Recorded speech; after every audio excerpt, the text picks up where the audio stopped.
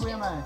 To vám byla myška, sírem posedlá, o činnost i ouška, tak trošku nezvedná. Jak se něco šustlo, hned tam běžela, měla totiž strach, aby o něco nepřišla. A ještě jednou opakujeme.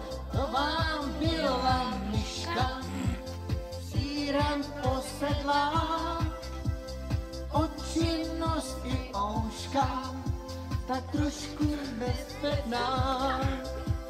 Jak se něco šustlo, hned tam běžela, měla totiž strach, aby něco nepřišla. Na na na na na na.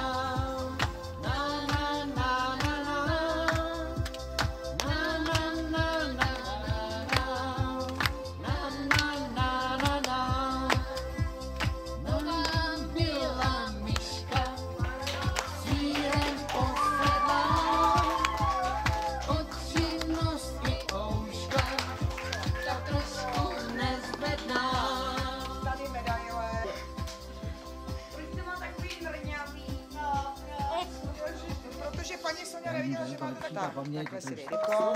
Zdravíčko, ať vás nikdo nežije, někde na stranou. Se těší Jana a Vlasta, mějte se krásně.